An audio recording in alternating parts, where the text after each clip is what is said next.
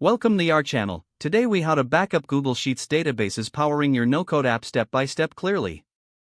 Open your Google Sheets document that powers your no-code app. Navigate to the File tab in the top left corner of the screen. In the drop-down menu, hover over the Download option. Select the format you wish to download your sheet in, such as Microsoft Excel or as a CSV file. Click on your preferred file format to initiate the download. Locate the downloaded file in your computer's Downloads folder. Open your file storage application or preferred cloud storage service. Create a dedicated folder for your Google Sheets backups if one doesn't already exist. Drag and drop the downloaded file into this folder or upload it through the cloud storage interface. Return to your Google Sheets document. Repeat the download process regularly to keep your backups up to date. Consider setting a reminder to perform this task on a weekly or monthly basis.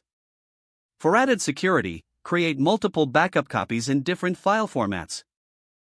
If your no-code app uses multiple sheets, repeat these steps for each one. Ensure that your backup folder is easily accessible. Verify that all files are successfully uploaded and accessible in your chosen storage solution. If the page does not load, refresh the browser or try again in a private or incognito window. Make sure you are using the correct email address, then retype it carefully to avoid small typos.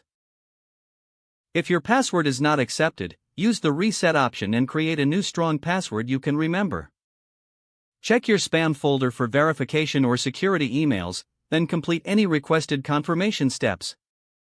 Enable two-factor authentication if available to improve account security and reduce unauthorized access risk.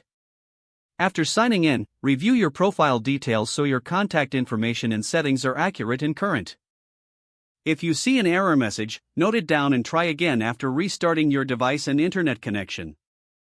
Log out when you finish, especially on shared devices, to keep your account and payment information secure. If the page does not load, refresh the browser or try again in a private or incognito window.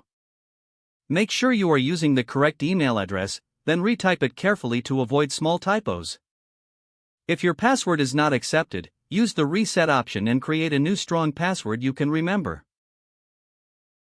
Check your spam folder for verification or security emails, then complete any requested confirmation steps.